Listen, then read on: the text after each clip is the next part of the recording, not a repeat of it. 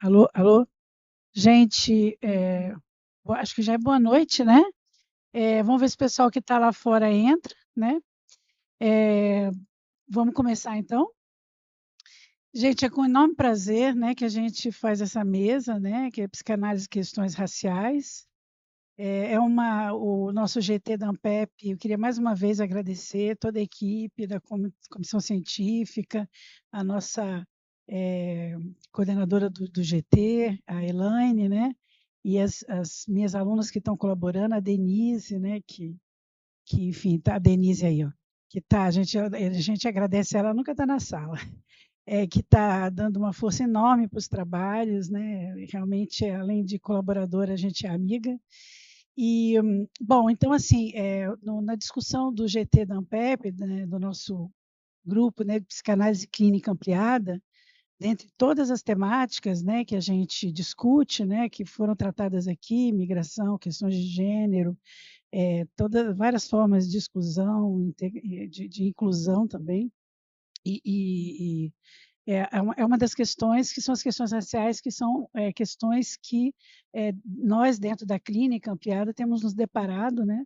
E as pessoas que trabalham com a psicanálise, né, ficam muito próximas do tema, e é um tema que revela um pouco o quanto nós ainda precisamos avançar e discutir dentro da universidade, dentro das sociedades psicanalíticas, né, dentro da formação dos psicanalistas, né, e na formação também dos estudantes, né, na universidade. Então, eu acho que é uma oportunidade muito boa, né, que o nosso grupo está oferecendo, né, nesse encontro, e agradeço enormemente o Inácio Paim de ter podido, né, dentro de todos os compromissos, estar aqui hoje com a gente e falar um pouco do trabalho dele. Então, eu vou apresentá-lo, acho que muita gente conhece, né? É psiquiatra, psicanalista, membro de data da Sociedade Brasileira de Porto Alegre, autor de vários livros de destaque, como Racismo e Psicanálise, A Saída da Grande Noite, vou falar um outro, Novos Tempos, Velhas Recomendações. Então, além das questões, das temáticas ligadas ao racismo, ele é um pesquisador, que reflete, que traz reflexões sobre a questão da psicanálise, da clínica, da metapsicologia. É um prazer, eu passo a palavra para ele, porque essa mesa é para ele falar com a gente, conversar. Bom, boa noite a todos e a todas. Em primeiríssimo lugar, não só por uma questão formal, mas agradecer a Kátia, ao GT e todas as pessoas envolvidas em eventos como esse. E para mim, particularmente, tem um ganho a mais pela primeira vez estar aqui na UNB, por vários fatores, né? Mas um fator fundamental e importante que a UNB tem a ver com a história do acesso à população negra às instituições universitárias, né? Então, ela é uma pioneira, junto com a Universidade Estadual do Rio de Janeiro, e elas cumprem esse papel que remonta a 2003, 2004, anterior a todas as questões raciais que vão ser estipuladas daí de forma não opcional, mas de forma regulamentar a partir de 2010, 2012, com as revalidações em 2022. Então, estar aqui para mim é um momento muito especial. A Kátia foi uma querida em vários aspectos, inclusive ela fez algo que é muito raro ao povo branco fazer com os colegas negros. A Kátia me convidou, se eu não me engano, em outubro, né? E por que eu digo isso? Porque a média do povo branco pensa que os analistas negros não têm uma agenda, né? E que nós estamos à disposição de acordo com o desejo de disponibilidade deles e não a nossa disponibilidade. Então, eu acho que esse é um cuidado importante, além, evidentemente, dos meus traços narcísicos, dizer que eu tenho uma agenda fechada de eventos até o final do ano, mas é mais do que isso. Eu estou querendo colocar algo que tem a ver com a nossa história, com a história das questões raciais no Brasil e no mundo. E esses dados são relevantes para serem pensados. Então, um agradecimento muito especial a esse cuidado para que a gente pudesse estar aqui. E voltar a Brasília, eu não vim a Brasília e conversava com o André desde antes da pandemia, 2018 ou 2019. Pandemia, todos esses processos, eu nunca mais tinha estado aqui em Brasília, e na UNB eu nunca tinha estado, né? Estive na sociedade algumas vezes conversando. Na ocasião, até 2019, A temática que era objeto de estudo e segue sendo meu objeto de estudo é o método e a metapsicologia freudiana. É isso que eu estudei a vida inteira até os meados de 2018, onde em 2018 algumas coisas foram se transformando e que vai além do que eu posso compartilhar nesse espaço e neste momento, mas que fizeram que eu pudesse também me ocupar do que vai vir a ser as questões raciais na psicanálise, né? E tem questões importantes e que a minha história, num breve recorte, ela vai traduzir e muito, né, por que o livro do Fanon é, de todos os livros sobre as questões raciais, do meu livro predileto, meu livro de cabeceira, Pele Negra, Máscaras Brancas, né? Porque todo negro em ascensão social, ele sabe do que o Fanon está falando, né? E o quanto o processo de embranquecimento é uma estratégia de sobrevivência, principalmente se nós voltarmos aí há 40 anos atrás, que também comentava com alguns colegas, quando me formei em medicina. Então, todo esse processo está atravessado por essas questões. Mas eu queria dizer para vocês que a Kátia me pediu uma coisa, mas vou fazer outra, né? O que a Kátia me pediu era falar sobre racismo e psicanálise. Eu não quero falar sobre isso exatamente. Eu quero falar sobre uma psicanálise preta. Não, é disso que eu quero falar e é disso que eu quero compartilhar com vocês. Evidentemente, o subtema vai estar pautado às questões raciais, né? E eu estou com o norte. Qual o norte? O norte de ampliar uma questão importante que é a lógica da branquitude e que sempre é a máxima que vocês imaginam o que vocês têm a nos dar como uma civilização europeia em terras coloniais. E nós temos trabalhado o que a psicanálise pode se ampliar com toda a proposta e toda a produção de pensadores negros. Então, o que a psicanálise vai aprender? Eu acredito que nós estamos no momento de virada da psicanálise como um todo, e essa virada tem a ver com os pensadores negros e tem a ver com a problemática do racismo e das lutas antirracistas do povo negro, que vai transformar o cenário, inclusive o cenário da psicanálise. Eu não tenho a menor dúvida que nós estamos num momento de transição, e nessa transição, esse protagonismo é do povo negro. Então, vamos ter que trabalhar essas questões. Tenho dito nas instituições, trabalhar as questões raciais não é uma opção. As instituições ou as universidades podem postergar, mas vai ser tensionado, seja nos programas de graduação, de pós-graduações, nos seus mais variados níveis. Esse contexto está dado. Como vamos instrumentalizar é o que está sendo pautado. Mas eu diria para vocês assim que, tentando me aproximar um pouco do meu tema, né? Eu diria assim que uma pergunta importante que eu suponho e convido a todos vocês fazerem como uma espécie aí de brincadeira séria, é quem vai comigo para minha sala de análise? Sala de análise classicamente, ou numa clínica ampliada, quem me acompanha quando eu vou fazer intervenções de outras ordens fora do setting analítico clássico? Quais são os pensadores que me acompanham? Hoje eu escolhi 3 pensadores para me acompanhar. E é desses pensadores que eu vou tentar conversar nos torno de 40 minutos, que agora já é mais 40, mas deve ser 35, né, que eu tenho para conversar algumas coisas. Então eu vou tentar fazer uma conversa entre Freud, Fanon e Glissant, né? Então você já sabe que pretensão pouco é bobagem, né? Eu quero em 30 minutos reunir para nós esses pensadores. Mas, né, eu disse há pouco para alguns colegas que eu fui o predileto da minha mãe. E reza a lenda que aquele que foi predileto tem tudo para ser imortal. Assim era o Freud, assim era Goethe, e vocês façam as associações que lhe forem pertinentes. Bom, então, mas vou querer juntar, claro, detalhes desses pensadores dentro da minha proposição. Então, como é que eu vou fazer, e usando uma expressão que vem muito a ver com o povo negro, assim, né? Eu vou tentar juntá-los numa encruzilhada, né? Esses 3 personagens numa encruzilhada, que é toda uma outra proposição de pensar diferente de uma psicanálise branca pura. Uma psicanálise branca, ela pensa em linha reta, ela pensa em paralelas, ela não pensa na encruzilhada. É na encruzilhada que nós temos uma potencialidade de transformação, de encontros e desencontros que vão repercutir em trabalhos psíquicos de diferentes ordens. Então, para isso, o que eu vou me propor a fazer? O que eu vou pegar do Freud? Do Freud eu vou pegar a mitologia pulsional. E estou usando especificamente essa expressão. E quando eu falo da mitologia pulsional, eu estou pegando a conferência 31,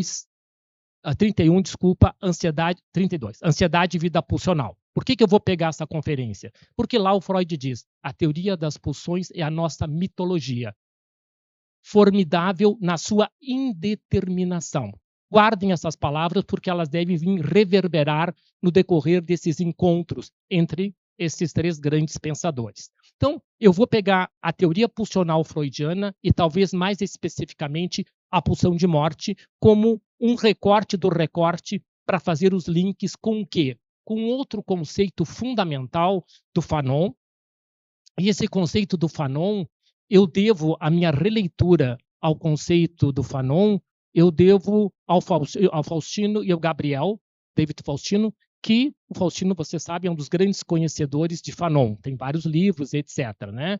E o Faustino me apresentou um trabalho dele de 2020. Me apresentou, não que ele tenha me apresentado, né? O livro dele tem um artigo sobre Fanon e a zona do não ser, né? Então, o Faustino e o Gabriel, que é um trabalho de dois colegas, eles vão retomar a zona do não ser.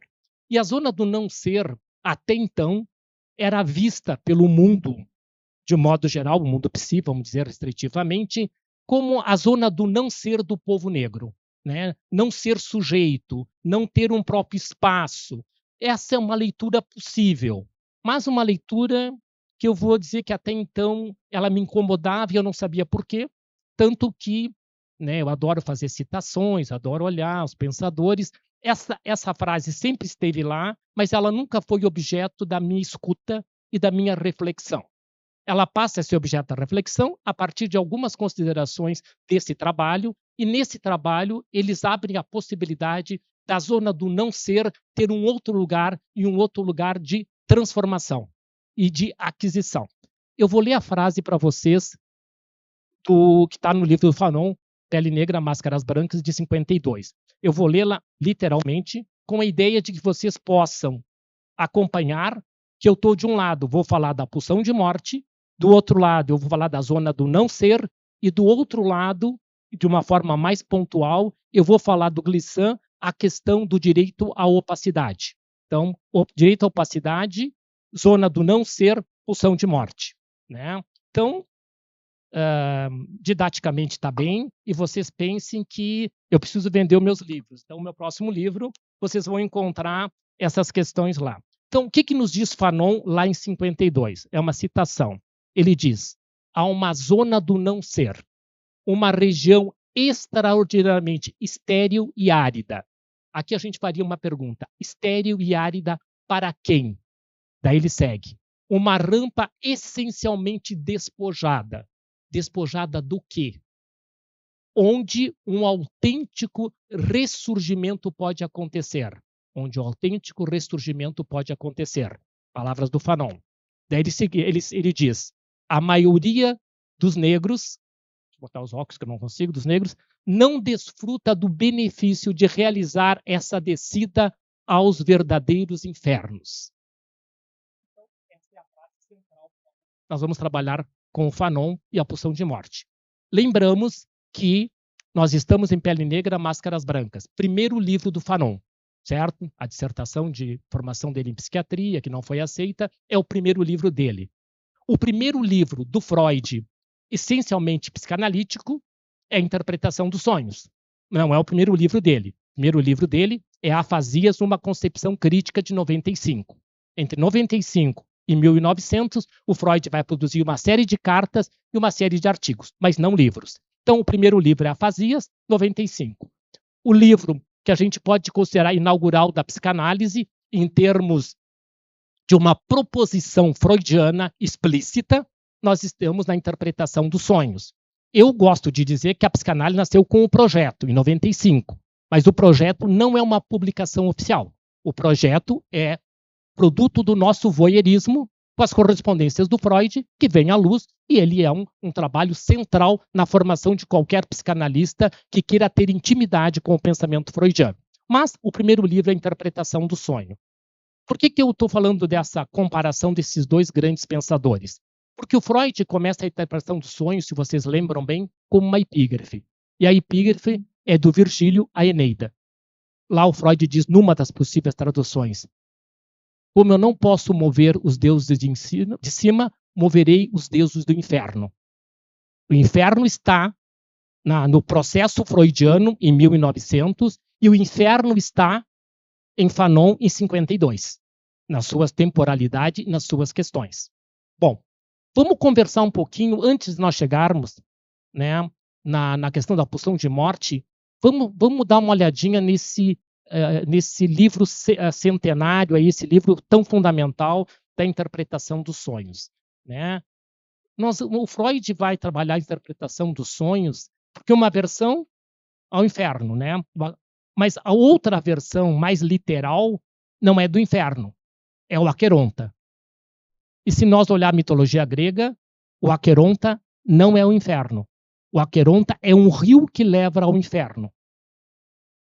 Certo? E o Freud sabe disso, porque movebo Aqueronta, movebo no meu latim tosco, né? Que está posto lá, que é esse rio por onde os mortos percorrem até chegar ao inferno. Eu estou dizendo isso porque eu quero que fique para vocês qual é o inferno do Freud e qual é o inferno do Fanon. De que inferno nós estamos falando? É uma pergunta que a gente vai tentar dar conta em parte, e em parte vocês leem o artigo para ver o que vai acontecer com isso. Né? Bom, então o Freud vai se propor a descer as profundezas do Aqueronta. As profundezas do Aqueronta fazem que o Freud construa o que até 1920?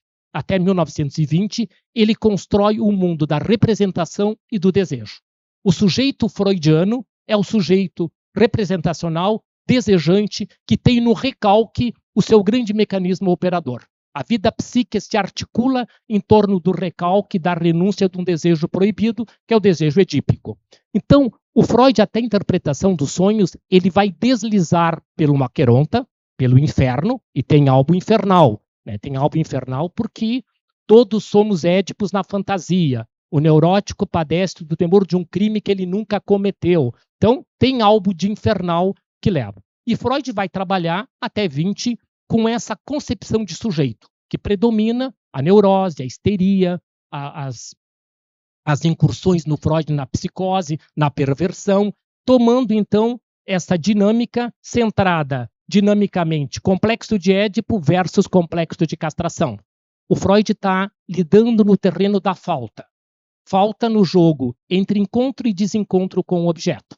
Não existe para Freud, até 1920, a dor pela dor.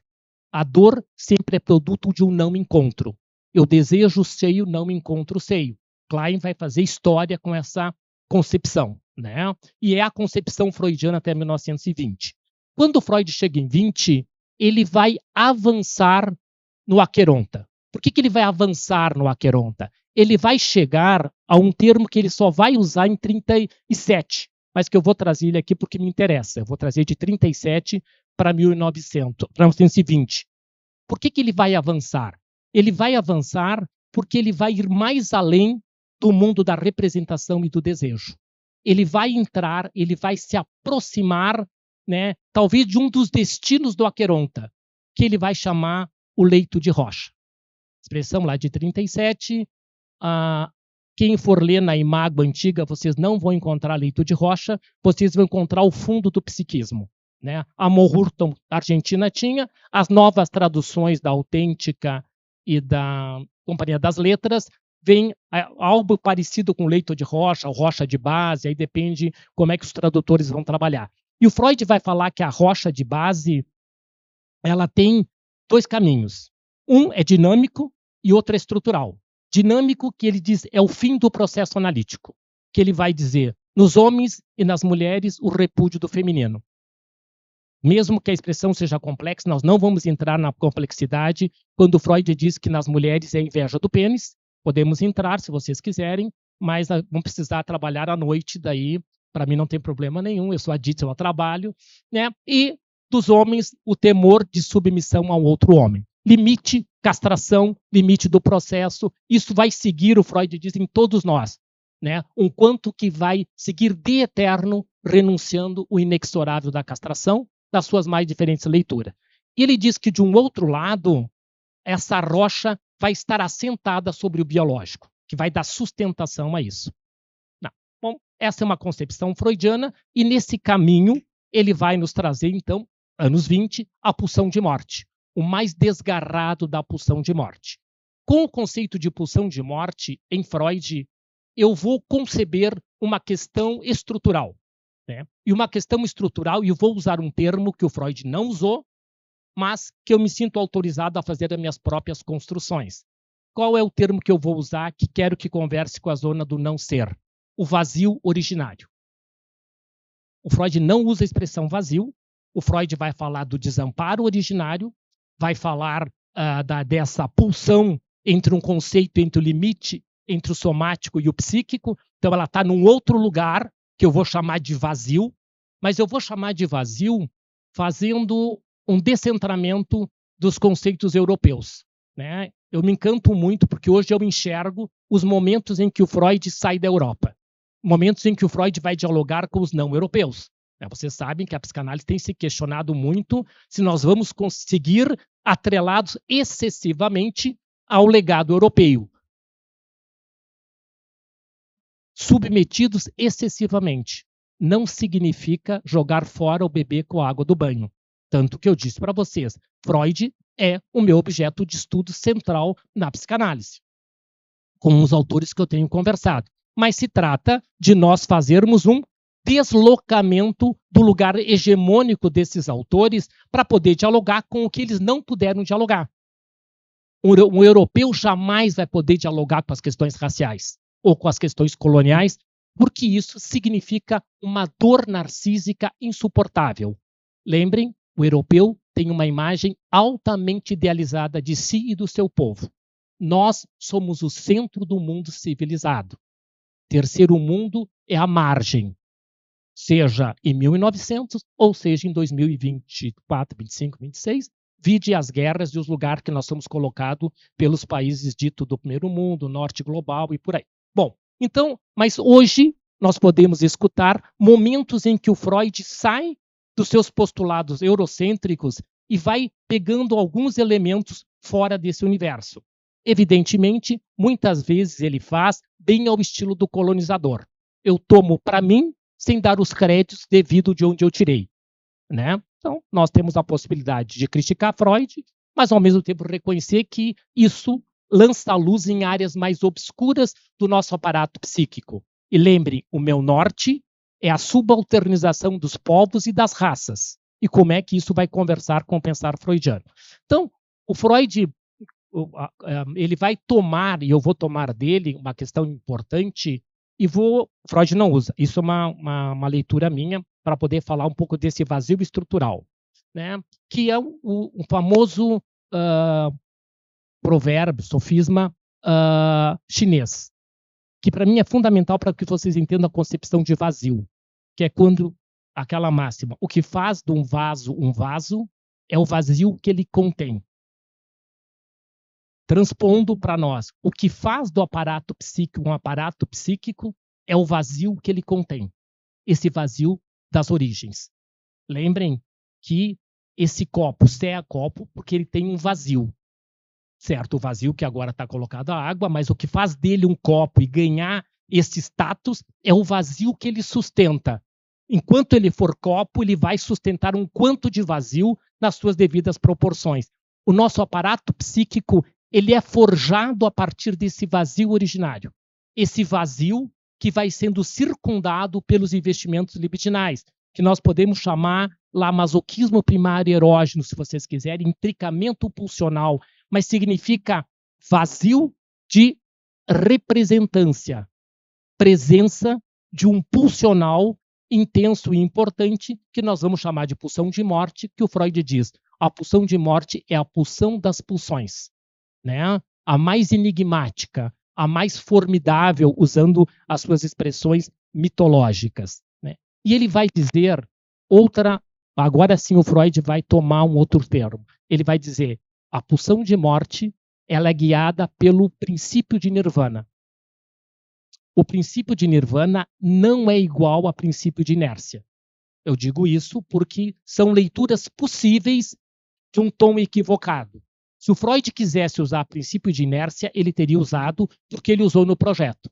Se vocês olharem um projeto pela visão científica, princípio de inércia, constância, período, ritmo, quantidade. E o Freud resgata boa parte disso nos anos 20. Tanto que ele resgatou o princípio de constância. Se vocês vão ler o Além do Princípio do Prazer, ele começa falando sobre isso. E ele não vai nomear princípio de inércia, e sim princípio de nirvana. Alguém tem dúvida aqui que nirvana é um conceito budista ou indiano? É um conceito, né, que o Freud tomou para ele. Aliás, o Freud não. A Barbara Alon, que o Freud diz que é dela o termo, e é super interessante. A Barbara Alon é uma ilustre desconhecida. Eu tenho certeza que eu só conheço a Barbara Alon porque o Freud citou ela, né? E ela não tem uma produção e ela não é uma analista que tenha vivido na época da época do Freud, mas ninguém sabe direito o porquê. Mas, de qualquer forma, o que é nirvana? Nirvana não tem a ver com a tendência ao inorgânico. Nirvana tem a ver com a ausência das paixões. Se eu fizesse uma analogia tosca, estados de apaixonamentos não tem a ver com mudança psíquica. Mudança psíquica precisa nos tirar dos estados de apaixonamento. Por uma teoria, por uma fata, um estado de apaixonamento pelos nossos sintomas. Então, a paixão, ela é antimudança psíquica. Né? A paixão, seja do que é mais arcaico, seja do que é mais sofisticado, ela aprisiona. Paixão tem a ver com escolha de objeto narcísico, se vocês quiserem, ao estilo freudiano. Não estou dizendo que a paixão não faça parte das nossas vidas.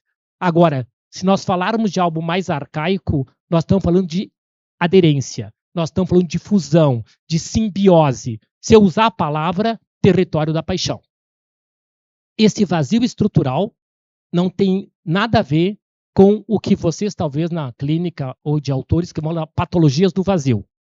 Eu acho que a patologia do vazio, inclusive, é um termo equivocado. Eu chamaria de patologias do irrepresentável. Né? Ela não é porque o vazio nunca é patológico. O vazio é pura pulsão. O que eu vou fazer com ele à medida em que parte dele vai ascender psiquicamente é uma questão de trabalho psíquico. Esse vazio das origens, que está nas bases fundantes do nosso aparato psíquico, ele vai estar desde aquele lugar regido pelo nirvana, ausências de paixões, e, portanto, com uma potencialidade que vai conversar com a zona do não ser do Fanon. Vocês viram que o Fanon disse, onde pode ter um autêntico ressurgimento. A zona do não ser, nós podemos fazer várias incursões. Evidentemente, o Fanon vai falar sobre ela e o Fanon não vai aprofundar essa temática. Né? Mas, eu dizia para alguém, né, de quem a gente descende, né, os nossos ancestrais, eles deixam aí coisas para que a gente possa conversar sobre ela. Então, essa zona do não ser e o vazio originário freudiano, elas têm uma interrelação visceral e extremamente importante. A zona do não ser, ela que está mais além do Aqueronta. Lembra que o Fanon falou o verdadeiro inferno. O inferno que nós poderíamos dizer que a psicanálise branca freudiana não vai ascender. E por que ela não vai ascender? Porque essa psicanálise da qual a gente se alimenta, questiona, trabalha, problematiza, ela é uma psicanálise carregada dessa cultura eurocêntrica, e essa cultura eurocêntrica ela é sempre colonial. E a colonização tem a ver com preencher. A colonização não suporta espaços vazios. E a zona do não ser, do vazio, ela não foi feita para ser conquistada. Lembra que o Freud, numa carta a Fries, ele diz: eu não sou nem pensador, nem cientista. Eu sou um conquistador, um aventureiro. Tanto que, acho que o Renato Mezan tem um livro sobre Freud, o conquistador do inconsciente. Né? A zona do não ser, do vazio, ela não foi feita para ser conquistada. Ela foi feita para ser sustentada com seu potencial transformador. E por que a zona do não ser me interessa enquanto clínico? Enquanto clínico que trabalha com um postulado central e sendo extremamente resumido. trabalho psíquico tem a ver com, entre outras coisas, mas um dos pilares de mudança psíquica tem a ver com o processo de desidentificação.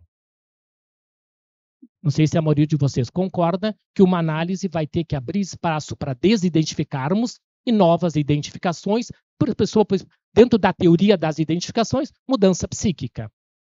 Como é que nós vamos sair dessa lógica de um racismo estrutural que está no nosso DNA psíquico se nós não pudermos nos aproximar desse espaço do não ser que vai propiciar uma série de questionamentos, principalmente porque a zona do não ser, né, ela não vai dialogar com todos os postulados que até então nós estamos trabalhando.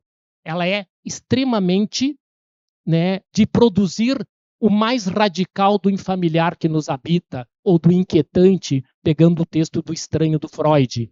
Porque a zona do não ser não se trata do retorno do recalcado, estigma, marca central da capacidade de estranhar. Ela tem um outro grau de estranhamento mais arcaico e mais primitivo que exige um outro trabalho psíquico de nos aproximarmos dessa zona.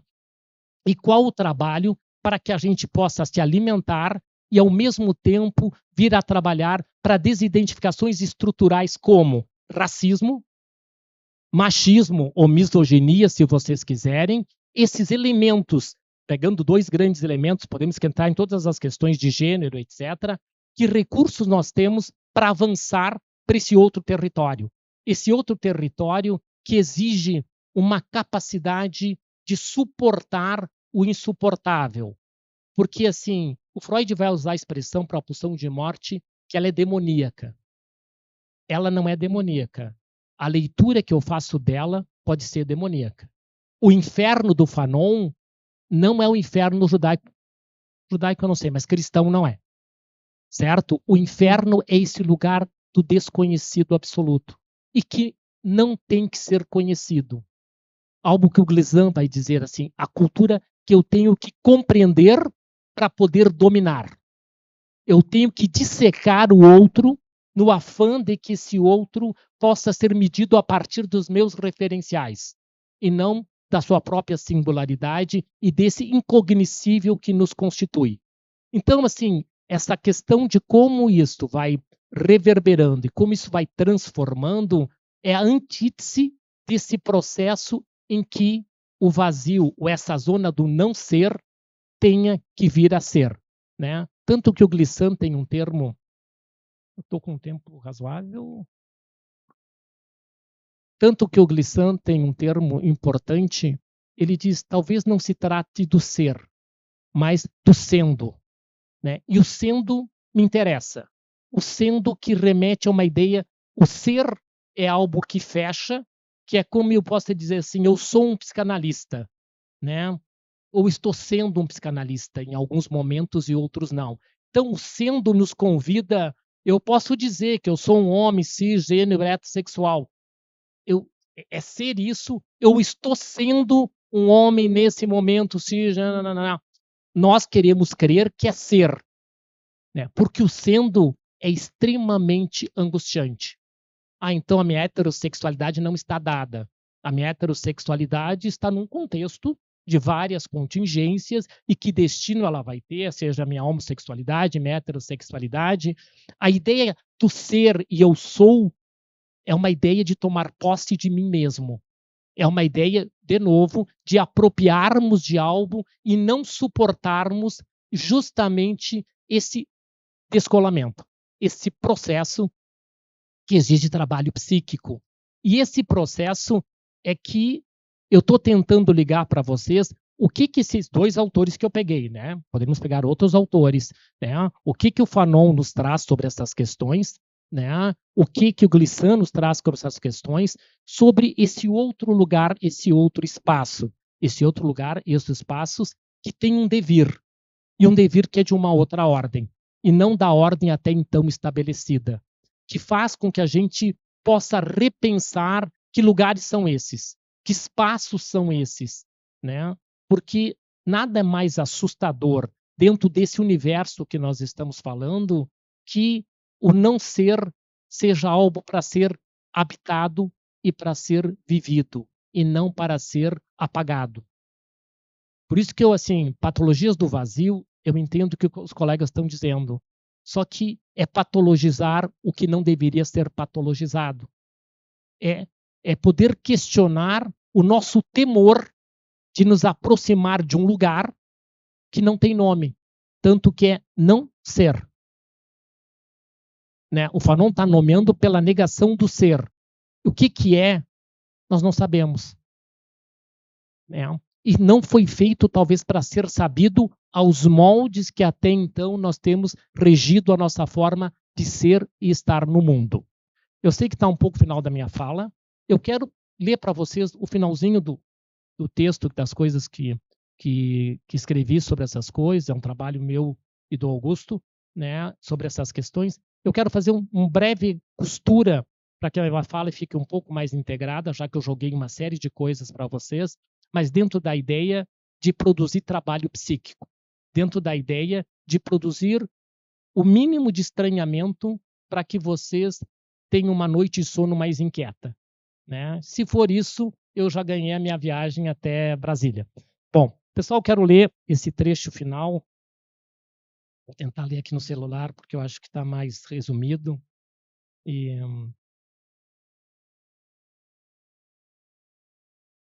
Bom, é um final onde nós tentamos, né, reunir esses pensadores que eu falava para vocês. Então, vamos ver se eu leio aqui, só que eu vou ter que pôr o óculos. Os últimos 2 parágrafos do artigo. Seguindo esse roteiro e trazendo para a gira o pensamento... Alô? Eu estava ruim. Bom, seguindo esse roteiro e trazendo para a gira o pensamento de Glissant, encontramos em seu livro Poética da Relação o conceito de opacidade, um referencial que nos parece fundamental para dialogar com Fanon e Freud na nossa busca para escutar esse território que contém a estrangeiriedade fundante de nossa singularidade. Abre aspas, o Glissant diz: o direito à opacidade, que não é encerramento em uma autarquia impenetrável, e sim subsistência de uma singularidade não redutível. O Glissant vai trazer sempre a questão que o povo branco quer reduzir a nossa singularidade. Ah, então tu és isso. Não. Eu sempre lembro, quando eu leio essa frase, uma entrevista que a Grada Quilomba deu, acho que na Cultura, na roda de conversa. Ela disse: eu estranho muito quando as pessoas querem me reduzir, ou a psicóloga, ou a artista plástica. Ela disse: eu sou tudo isso em vários momentos, em várias circunstâncias. Ser isso ou ser aquilo é um pouco essa lógica brancocêntrica que nós estamos tentando colocar para vocês. Fecha aspas. Isso posto, é importante sinalizar que este encontro com o vazio, com o nada, deva suportar e referendar o direito a uma certa opacidade. Jogo de luz e sombra, contrapondo a transparência, singularidade redutível à norma, uma transparência irrestrita, como forma de dissecar para colonizar, escravizar e racializar. O objetivo de uma interlocução silenciosa com esse vazio pulsante de nossas origens é no sentido de abastecermos-nos do que, pegando um recorte do poema do Fernando Pessoa sobre o mito, foi por não ser existindo. Fecha aspas. Aqui, outra vez, Glissant auxilia, propondo o sendo como processo de movimento que permite fluidez, estado de invenção, múltiplos modos de não ser sendo. Aqui uma frase do Fanon: a negatividade que a consciência enganjada ignora e deveria ignorar é a da essência das determinações do ser, em detrimento de um ser como condição dada. Este como uma unidade que implica síntese, reducionismo e aprisionamento a formas que limitam a amplitude do não ser.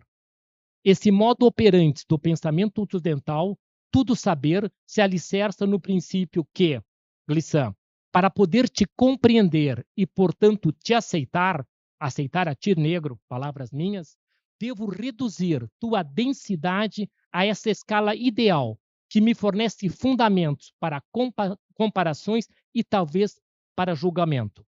Terminando, Glissant disse: eu preciso te reduzir. Acreditamos, palavras nossas, que este é o compromisso singular de uma psicanálise empretecida, antirreducionista. Sustentar o insustentável, o vazio, o nada, o não ser. Finalizando nossa insubmissa navegação por essas paragens, que se antepõem ao princípio do reduzir do povo branco. Ressurge a problemática imposta a todo aquele que ousar fazer a travessia pelo Aqueronte. Qual o justo preço a pagar para adquirir uma condição genuína de consciência de si? Palavras de Fanon. Diríamos nós, atrevermos-nos a perder, parafraseando Gilberto Gil, sem régua e sem compasso, na noite do absoluto. Palavras de Fanon. Muito obrigado.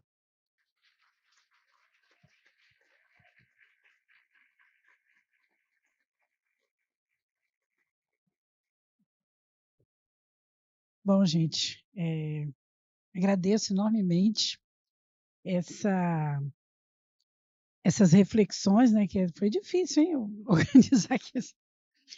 Mas, assim, eu fiquei pensando o que é, fazendo um pouco associação livre, né? O que as tuas questões me fizeram pensar? Bom, primeiro, né, como eu estou no período de 3 anos, vai e vem para a França, né, por questões familiares e também de trabalho, eu acho que você trouxe a questão do colonialismo e toda essa questão, né, e que vem me tocando muito nos últimos tempos, particularmente, né, enfim, ser uma mulher latino-americana e, né, universitária, e como é o meu olhar sobre, né, a Europa e a França principalmente. Eu fico olhando para a gente, eu dei uma palestra, né, uma vez num evento que o tema foi o traumatismo brasileiro. E tentando organizar esse meu pensamento sobre o traumatismo brasileiro, né, eu falei sobre a escravidão e falei sobre a ditadura. E a impressão que eu tenho, quando eu fui construindo isso, né, e te escutando agora, fiquei pensando, né, claro, o impacto que teve o Fanon de se dar conta, né, quando ele se descobre, né, a situação racial, já que ele, enfim, vinha de uma, não é, quando a gente não diz colônia, eles dizem além-mar, para não dizer que é colônia, né, dizer que é território francês, mas na verdade, enfim, podemos entender que é uma colônia. Se dá conta, né, de toda a situação que ele vai encontrar. Então, eu fiquei pensando, né, você falou a questão narcísica, né, quer dizer, como nós estamos sendo corajosos de olhar para os nossos traumatismos, para as nossas feridas, né, e ao mesmo tempo, né, o quanto doloroso isso é, e o quanto difícil isso é, e o quanto isso nos faz mal enquanto civilização, né? Tanto as questões da história da escravidão e as repercussões disso que estão aí até hoje, né, que a gente precisou, tem muito orgulho da UNB ter essa história, né, das cotas, né, de estar uma universidade que é atenta a isso e como o campus mudou, mas como tudo isso mudou, como a nossa clínica mudou e como nós temos sido corajosos, porque eu vejo qual é a palavra? Uma certa falta de coragem, né? A gente poderia falar psicanaliticamente, né? Narcísica, né? Dizendo que a falta de uma covardia da Europa de olhar para a sua opressão, para a opressão que exerceu durante tanto tempo nas suas colônias, enfim. É uma covardia enorme, né? Bom, outra questão que me fez pensar a tua fala, né, essa coisa do vazio, né, é muito forte, muito importante, né, e o preço a pagar para se ter consciência de si, o preço a pagar numa nação para se ter consciência das suas histórias traumáticas, né, violentas. Nós somos uma sociedade violenta, né? E aí eu fiquei pensando nessa coisa do vazio, né? Quando a Mona Lisa foi roubada em 1911, se eu não me engano, né? O quadro vazio, né? As pessoas passaram a olhar o quadro vazio, quer dizer, o espaço vazio do quadro. Quer dizer, a nossa sedução por essas coisas, pelo vazio, pela falta, por aquilo que não completa, né? E o encontro com o vazio e com o nada talvez seja exatamente o nosso desafio enfim, subjetivo, né? E eu achei bonito, né? Essa questão que é esse encontro com o vazio, esse encontro com nada, né? Até que ponto realmente é um encontro com o inferno, mas é um percurso que talvez deva ser feito. Não vou me alongar, eu queria só fazer essa associação livre a partir da tua fala e queria abrir para a sala, para as reações, para a reflexão, para as impressões, associações livres, quem sabe. Né? Será que alguém podia ajudar aqui com o microfone? Ai, meu Deus, a fotógrafa está na primeira fila. Boa noite, meu nome é Silene. É uma delícia ouvir o Paim, além do conteúdo, é gostoso ouvi-lo falar. Podia ser ruim, mas é muito bom. Obrigada. Kátia, obrigada. Sabe, esse evento é extraordinário. Bom, eu vou me apresentar como sendo uma professora ainda da UNB, e a época da avaliação do sistema de cotas que foi implantado, eu estava no decanato de graduação avaliando o ensino. E foi incrível, né? Eu acho que eu aprendi muito. E a universidade tem esse trajeto que já tem muitos anos, né? Essa luta pelas questões afirmativas, da qual eu muito me orgulho. E os resultados foram incríveis, né? Bom, agora na psicanálise, né?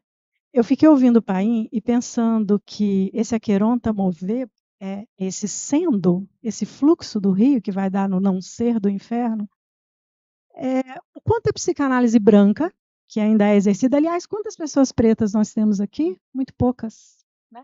Muito poucas. O quanto a psicanálise, que ainda é majoritariamente branca, tenta fazer um efeito contrário, que é o de subir o rio. E mais, eu vi numa grande instituição, que você sabe qual é, daqui de Brasília, o comentário de que, veja lá, as questões raciais e as questões de gênero são importantes, são da clínica contemporânea, mas nós não podemos nos esquecer de ouvir o sujeito na sua singularidade, e essa subjetividade é o nosso tema de trabalho. Que subjetividade? De que sujeito que a gente está falando?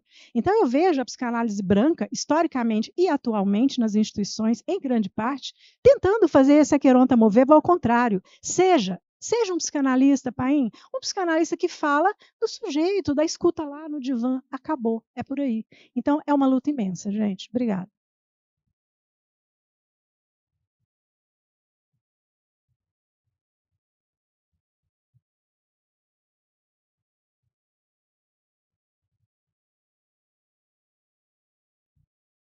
Bom, boa noite. Muito, muito bom te ouvir. Já tinha lido seus textos, mas ouvir tem uma outra vivacidade. Eu queria, na verdade, pensar um pouco algo que me parece interessante, que é o lugar do Freud como um não branco. Como judeu na Europa de período, ele tinha, em alguma medida, uma certa consciência racial.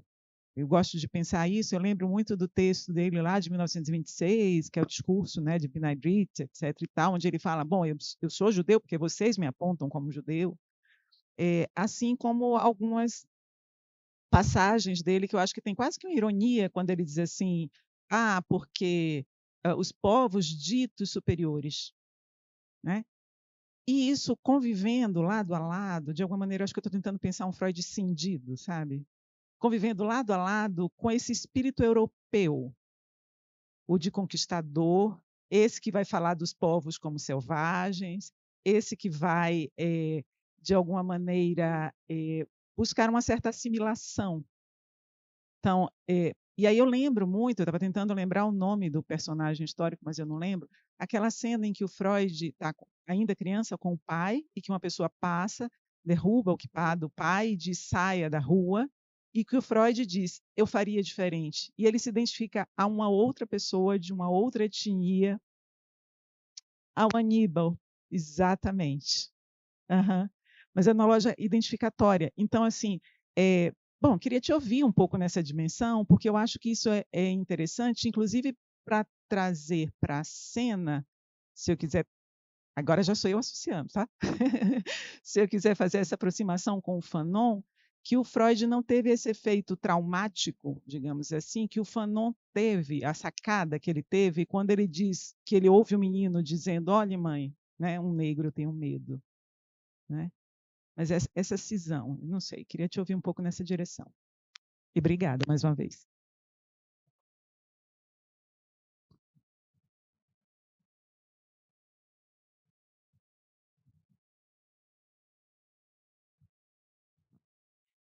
Obrigada pela conferência.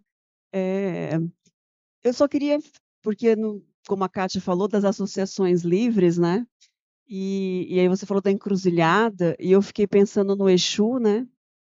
E como você começou como uma mitologia, né? Uma mitologia grega, na verdade, que impregnava, que impregna ainda nosso imaginário, né? Fiquei muito curiosa por você ter pensado a encruzilhada, né? E se a gente pode pensar algo das matrizes mesmo, né, afro-brasileiras, pensando isso, né, o Exu, que é uma outra forma de se pensar os infernos, né?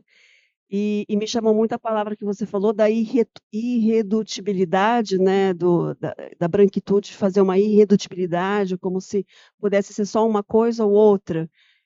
Quando esses mitos, né, afro-brasileiros, principalmente o Exu, a presença do Exu que está na encruzilhada, ele não comporta isso, né? Ele é algo que ele não é o bem, ele não é o mal, né? Mas a branquitude diz ele é o mal, né? Mas ele não é isso. Ele é uma outra coisa, né? Então, se você chegou a pensar nessa questão paradigmática, né? Enfim, foi o que me veio para poder pensar esse não ser e essa questão de pensar uma psicanálise preta, né? Se é algo também desse resgate, enfim, ela trouxe a judeidade, né, do Freud, e tem um psicanalista francês, né, é o Philippe Julian. Ele faz um pouco um trabalho com, não sei se você conhece, eu fiz um curso com ele aqui no Brasil em 2004, né, O Pai na Psicanálise.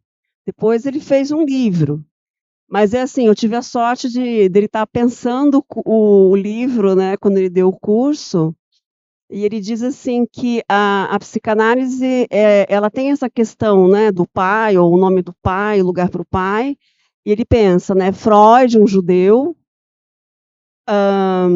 Jung, filho de um pastor protestante, e Lacan, um católico, né? O Lacan, quando vai fazer o discurso a Roma, ele está conversando com o irmão dele, que é Frei Beneditino, que está em Roma, né, naquele momento. E aí você falou da encruzilhada do Exu, eu falei, pronto, a gente está mesmo na psicanálise preta, de alguma forma, porque talvez a gente tenha que resgatar algo historicamente, né, do que é o Brasil, para que o Brasil seja nosso, né? Algo de uma, como ela falou, né, de uma assimilação, uma integração do que é da nossa raiz e que foi perdida dentro de uma mitologia, de uma redutibilidade, né, que a gente reduz tudo a uma outra lógica, mas não a nossa lógica. Acho que é isso.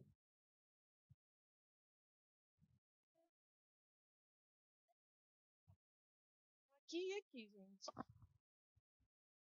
Obrigado, boa noite. Meu nome é Eduardo, sou da Universidade Federal de São Carlos. Primeiro, agradecer, é uma satisfação e uma alegria te ouvir. Painha, agradecer a Kátia, ao NB, a Elaine, os colegas, pelo evento maravilhoso, tão bem cuidado, e está sendo assim uma oportunidade muito gratificante estar aqui. E ouvindo você, acho que a sua conferência, enfim, dialoga muito de um outro modo com a conferência da Miriam Debier, ontem, né, em outros termos, mas acho que tem aí uma... Mas eu já que a questão é associação livre, né, ouvindo você falar do não ser, e você terminando aí com o Gil, eu me lembrei de uma música que eu gosto muito, que é o Canto de Ossanha, que creio que você conhece, que é do Baden Powell e do Vinícius, dos afro-sambas, e no Canto de Ossanha eles falam, né, o homem que diz dou não dá, porque quem dá mesmo não dou. O homem que diz sou não é, porque quem isso. E eu peguei até aqui a letra para não me confundir, gente. O homem que diz sou não é, porque quem mesmo é não sou. O homem que diz tô não tá, porque quando tá não quer. Essa música ela foi gravada pela Elis e depois ela foi gravada pela Elza Soares, que era uma mulher negra e talvez a maior voz, né, do nosso país. E também pelo Emílio Santiago, que é um cantor, eu acho ele um cantor esquecido, na minha visão, acho que um cantor esquecido e era um homem negro, né? Tem o rei aí, mas eu acho que O rei, eu acho que Emílio era uma voz linda. Então, mas isso é digressão. Voltando à minha pergunta, eu queria te ouvir do não ser, quer dizer, esse não ser ele está no candomblé, você disse do não ser no Fanon, do que eu pude acompanhar no estado nirvânico. Então, eu queria, se você pudesse aprofundar um pouquinho sobre esse estado não ser, do ponto de vista do Nirvana, no Fanon e no Freud. Essa é a minha pergunta, tá? O resto é só digressão e associação livre. E cultura, porque eu acho que sem cultura a gente não vive, tá bom? Obrigado.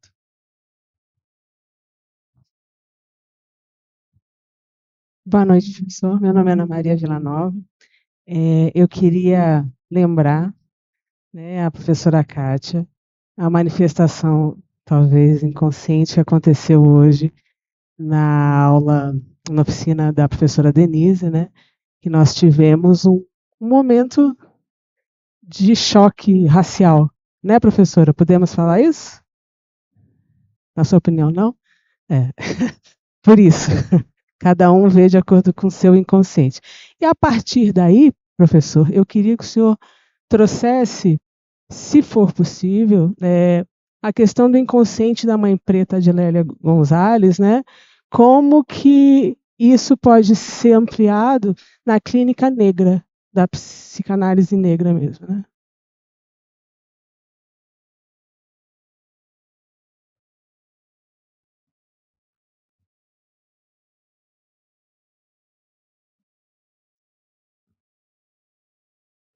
Bom, tá ligado?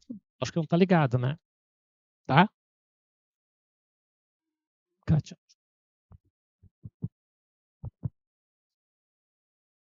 Bom, acho que a gente poderia dizer, né, que quando suscita tanta questão, né, e questões densas, complexas, e que a Kátia tem que me convidar para voltar, né? Eu sempre adoro, porque aí a gente faz alguns acordos para poder voltar e seguir pensando assim, né?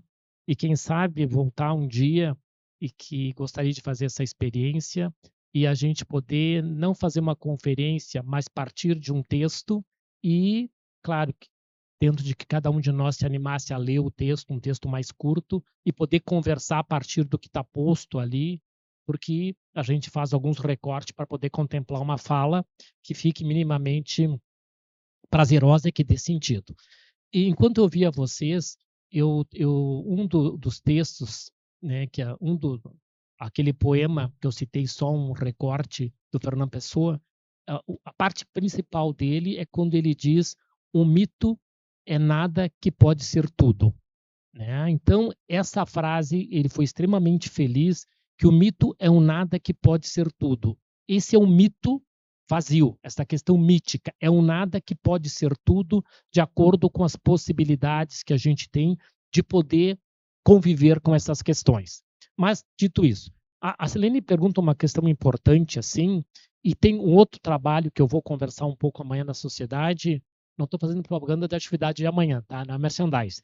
Mas amanhã eu vou querer conversar um pouco com a crítica que o Fanon faz ao Freud, que existe uma falta de uma sociogênese. Vocês lembram que o Fanon vai falar que existe uma filogênese, uma ontogênese, e não existe uma sociogênese, né? E que é necessário uma sociogênese para podermos nos conceber que somos sujeito, e esse sujeito, na sua singularidade, ele está inserido no ordenamento social. Né? E eu sempre tenho dito que essa psicanálise branca europeia, ela vai fazer um ataque ao pensamento freudiano.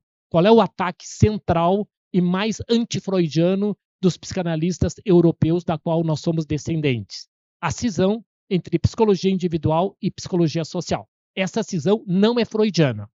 Eu entendo que o Freud vai andar de acordo com as suas possibilidades. Mas ele escreveu uma sociogênese. Ele não fez a ligação sociogênica. Por exemplo, nós temos um exemplo clássico de algo que eu tenho me debatido e estudado, a questão de gênero em Freud, obviamente, homem e mulher.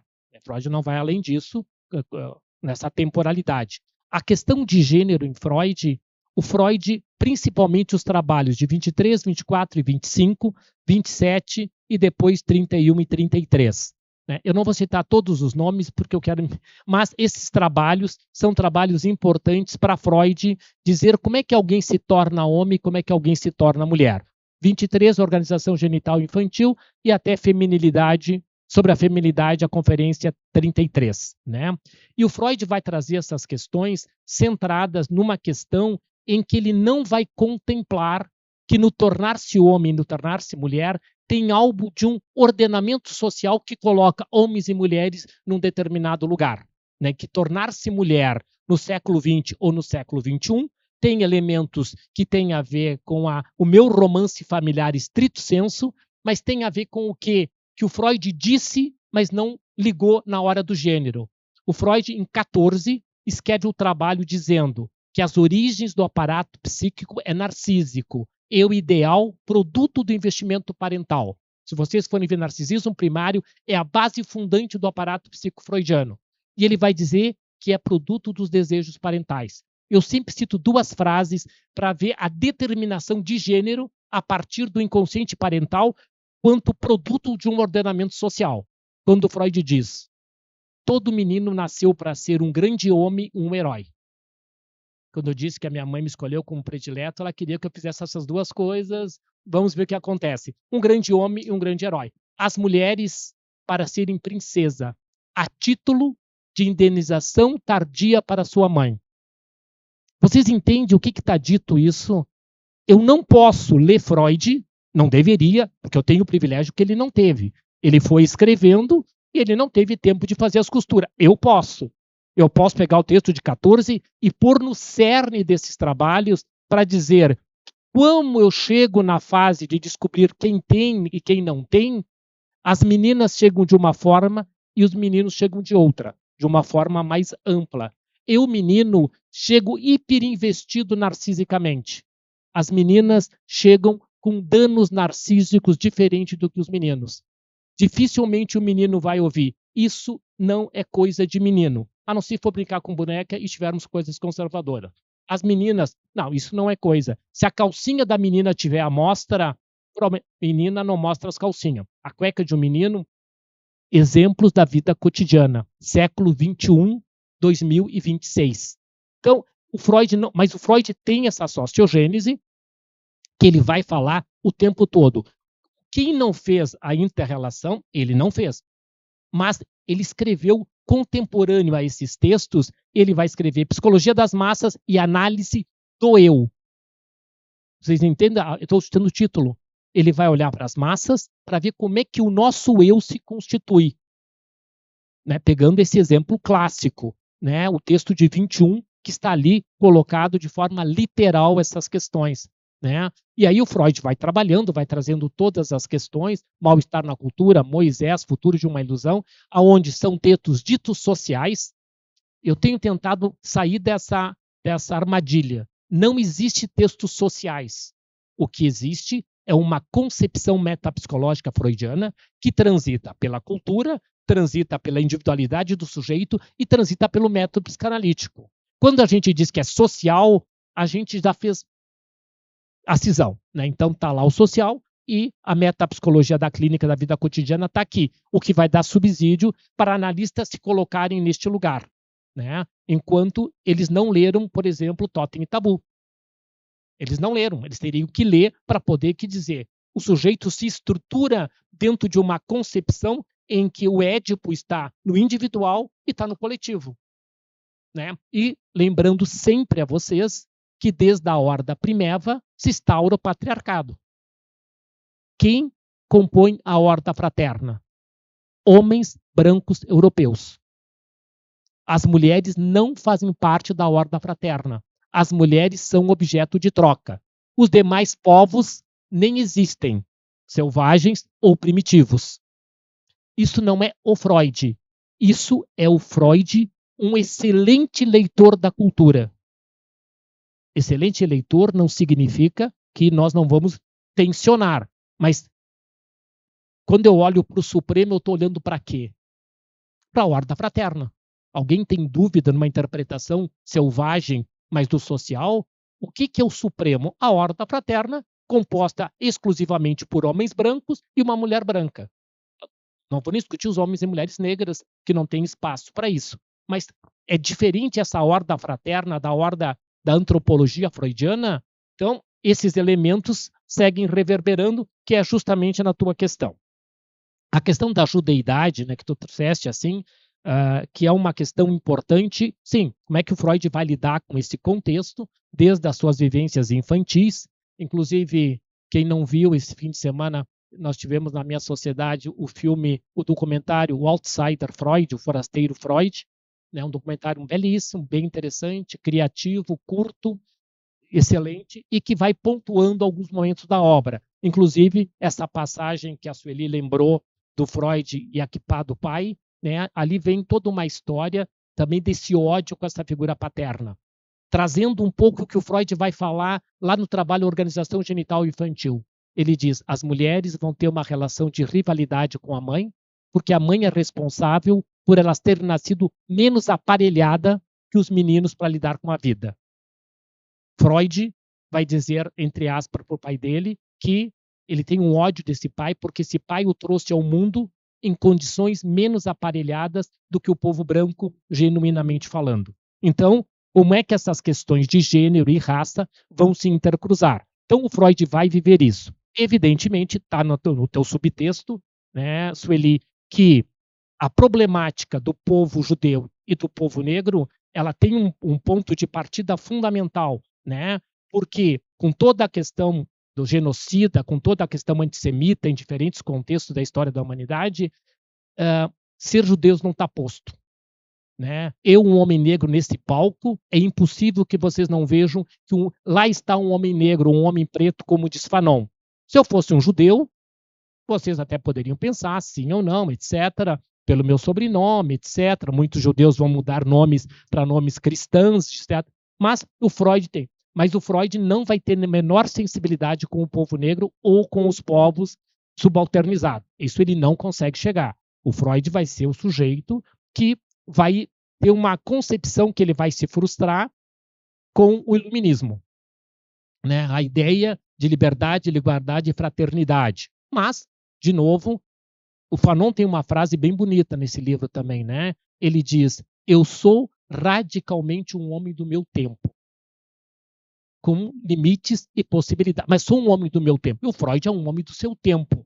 Isso não é passar pano, isso é reconhecer, e não é porque ele é um homem do seu tempo que eu não vou questionar coisas que estavam ali, mas ele não pôde se aproximar e fazer questões, né? Ele vai dizer em alguns exemplos que os homens de cor, né, uma expressão dele, estão impedidos de ter acesso às benesses, que ele compara com o retorno do recalcado, como se fossem homens de cor, o retorno do recalcado, né? Porque ele se transveste como se fosse algo que, na realidade, o desejo inconsciente está transformado naquela cena. Então, a questão da judeidade freudiana, ela é importante, significativa, mas eu não sei, é uma pergunta, se o povo judeu, por ter sofrido tudo que sofreu, se eles conseguem ter uma maior sensibilidade com o povo negro.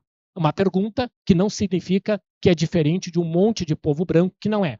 Mas o que a gente consegue fazer com essas questões? Deixa eu ver as questões aqui que eu não quero deixar de responder. A questão da encruzilhada é uma grande questão. Eu acho que da encruzilhada como um movimento de trânsito que eu ia falar religião, mas não são religiões, né? As filosofias afrodiaspóricas, né? Religião, de novo, foi o que o povo branco fez com o que o povo negro trouxe de África. Isso é religião. Religião é... O judaísmo é uma religião criada pelo povo branco, quer seja judeus ou não. O cristianismo é o filho do judaísmo, né? Então nós estamos falando da mesma questão. O que o povo negro em África e afrodiaspórico vão criar uma forma de resistência e de sobrevivência e de manter uma forma de vida. Aquilo que o Freud vai dizer em 33. Eu sempre recomendo, leiam isso. Eu vou usar sempre o alemão tosco. Uma questão de Westernhausen, a conferência 35. A Westernhausen europeia é uma Westernhausen religiosa, porque ela não suporta tensionamento. Então, o Freud defende como científica, mas é um científico assentado num pensamento religioso, Porque cada vez que a gente tensiona os europeus, eles não suportam. Eles recuam ou se sentem atacados. E vocês sabem que tem um conceito que se chama fragilidade branca, né? Os europeus adoram dizer como vocês são violentos quando nós denunciamos o ato. Então, quem é o opressor quando é denunciado, ele rapidamente diz, mas tu foste muito violento. Né? A violência que ele faz enquanto agente, ele não reconhece como tal. Então, eu acho que tem toda uma questão, e tem uma questão central, não só pensando os orixás, etc. Tem um conceito que é um conceito de uma proposição dos pensadores, tanto em África, que é a questão da matripotência. É sair da questão do pai para irmos para um outro lugar. Qual o lugar da mãe? E qual o lugar do feminino como elemento de transformação? Essa é uma outra discussão que a gente deveria fazer. O feminino ligado, porque assim, quando Freud vai discutir todo esse lugar, porque a teoria freudiana é falocêntrica, né? E a teoria falocêntrica é uma teoria calcada pênis-falo, né? Perpetuada no gênero homens, né?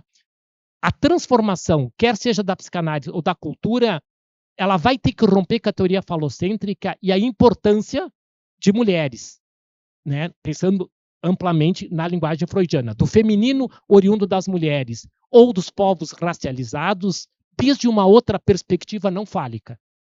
Porque à medida que as mulheres se identificam com a lógica fálica, é o que o Freud diz, elas reeditam o mesmo funcionamento.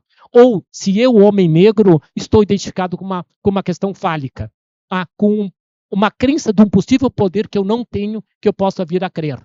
Então, tem algo do feminino, da bissexualidade freudiana, ele diz, o feminino é capacidade de pensar. O feminino é passividade de ação e um grande esforço de trabalho psíquico. Então, acho que a gente encontraria algumas mudanças. A respeito do Nirvana... Bom, a respeito do não ser e do Nirvana, que é a questão do Eduardo, sim, eu acho que essa é a grande proposição assim, para a gente poder discutir, né, e seguir pensando. Essa proposição me toca no nosso trabalho, ela está em processo de gestação. Ela está em processo de ver que universo é esse, né? Mas, assim, foi a partir do Fanon e a partir dessas questões que eu sou um leitor de Freud e me considero uma das grandes figuras que pensa Freud no Brasil, certo?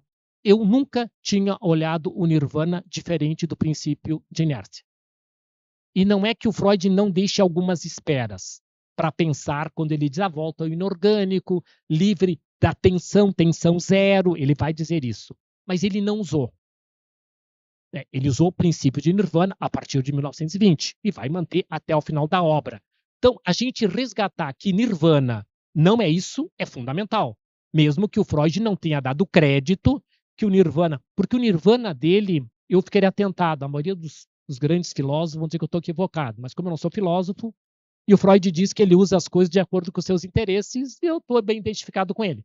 O que eu acho que o Freud vai se tocar pelo Nirvana a partir de Schopenhauer. O único livro que eu conheço um pouquinho, porque é um livro que eu conheço um pouquinho, do Schopenhauer, é O Mundo como Vontade e Representação. Ali o Schopenhauer vai conversar com os indianos e com os budistas no quesito Nirvana. E ele vai trazer ali o que ele pensa sobre isso, ele vai dialogar com esses preceitos e tem a ver justamente assim com esse lugar que nos livraria desse afã de possuir algo, tomar posse. Seria essa um possível caminho filosófico, psicanalítico, complexo, talvez impossível, mas não é porque é utópico que eu não vou pensar. Né? Os autores vão dizer, a utopia é que viabiliza alguma questão, em algum tempo. Mas, então, assim, porque esse afã da busca, ele está marcando as nossas histórias, né? Marcando de forma contundente, porque eu não suporto.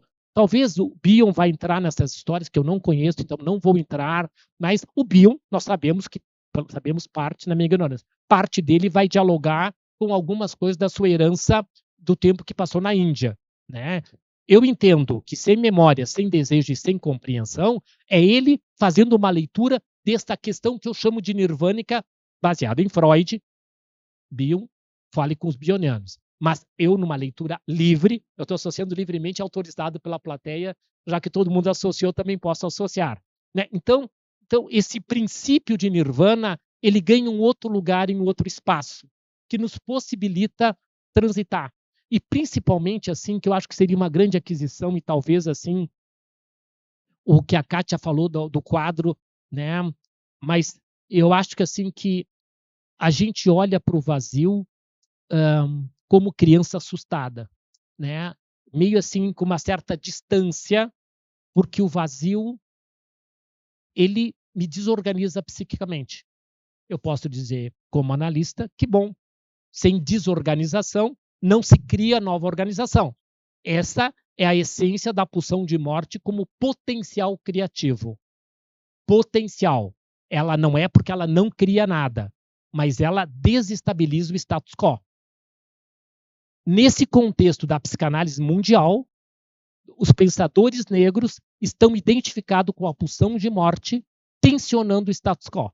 Esse é um dos lugares que eu me identifico plenamente. Instrumentalizando a pulsão de morte para instaurar um mal-estar onde não há. Até 2020, não existia mal-estar sobre a questão do racismo nas instituições psicanalíticas. Na universidade, os teóricos da psicanálise, os teóricos, salvo alguém do terceiro mundo, a questão do racismo não era uma questão. A questão de gênero, vocês, bom, as colegas mais experientes, né? Vocês não lembram de um tempo se discutia se o gênero do analista fazia diferença no setting? O que os homens fizeram com isso? Nós mandamos, né? Eu não, porque sou pretinho, né? Mas o que os homens fizeram? Acabaram com essa discussão. Vocês têm ouvido discussão, nem estou falando de gêneros, e o que eles fizeram? Não interessa o gênero, interessa. Então, eu, homem, jamais vou escutar, pensando amplamente, além das minhas singularidades. Da mesma forma que uma colega mulher vai escutar. Não estou dizendo que não tem e que não pode, não se trata disso. Mas o meu gênero me constitui. Se eu não trabalhar o machista que me cabe aqui dentro, evidentemente eu não vou escutar a dor psíquica de uma mulher que ela não pode pegar o ônibus sem que alguém faça um comentário banal para o comentador. Eu tenho dito outra coisa, não existe microtraumatismo, só para quem executa. Para quem sofre, sempre é macro. Então, se eu não tiver essa sensibilidade de me implicar que o meu gênero está em cena, que a minha raça está em cena, que o meu corpo branco está em cena, que o meu corpo asiático está em cena, não significa que isso é determinismo, mas significa eu tenho que pensar, eu tenho que explorar isso. Quando me perguntam, o analista branco pode tratar um negro? Só se tratou os seus macro pontos cegos das suas questões raciais. Se tu não tratou os macro pontos cegos, o Freud diz que tu não está habilitado. Então, nesse sentido, é que as questões tensionam.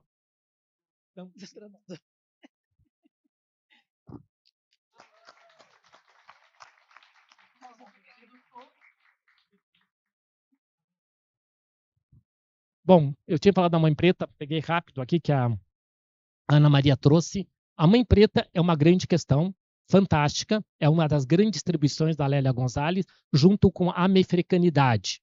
Estou escrevendo um trabalho sobre a amefricanidade na Bergasse 19, né? Um trabalho com um grupo de colegas que a gente quer trabalhar esse conceito com Freud, Bergasse 19. Né? Mas, assim, a Mãe Preta é um fenômeno fantástico, e a Lélia já vai dizer lá, toda a complexidade e toda a questão identificatória, porque a pergunta onde está inscrito o lugar da Mãe Preta na história, desde a questão escravocrata até o nosso tempo. Que lugar é esse em que a Mãe Preta vai ser a responsável por boa parte do investimento libidinal de homens e mulheres brancas, né, até hoje, né, muitas mulheres negras vão ser não por escolha, quando eu digo por escolha, está ótimo, não por escolha, vão cuidar do filho das mulheres brancas. E vão fazer toda uma função materna, paterna, cuidado, libidinização, uma série de coisas que essa mulher branca tem que brilhar e tem que trabalhar, porque o trabalho dela é nobre e o trabalho da mulher preta vai ser. Então, a mãe preta segue vigente num outro contexto. Porém, a engrenagem da branquitude, à medida em que ela vai ocupando esse lugar, vai ter todo um trabalho cultural de destituí-la desse lugar. E essa destituição é tão dramática porque a forma como essas crianças vão reeditar o racismo está posto, né? E como agora sim a questão da denegação, a questão da desmentida como um pacto coletivo instaurado nesse processo, aí acho que é uma discussão importante e significativa que a gente pode voltar a conversar, né?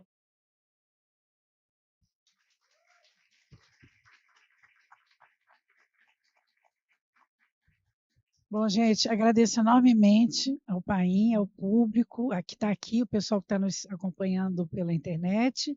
E amanhã tem mais, né? Ai, gente, eu queria agradecer os intérpretes, é que eu já tinha falado com ela, com ele, eu não falei, muito obrigada. Eu falei para ela que era tão incrível, ela faz uma interpretação corporal para além de. É muito, muito maravilhoso. Ela foi me explicar como é que é o trabalho. Muito bacana, muito obrigada, bem lembrado, obrigada.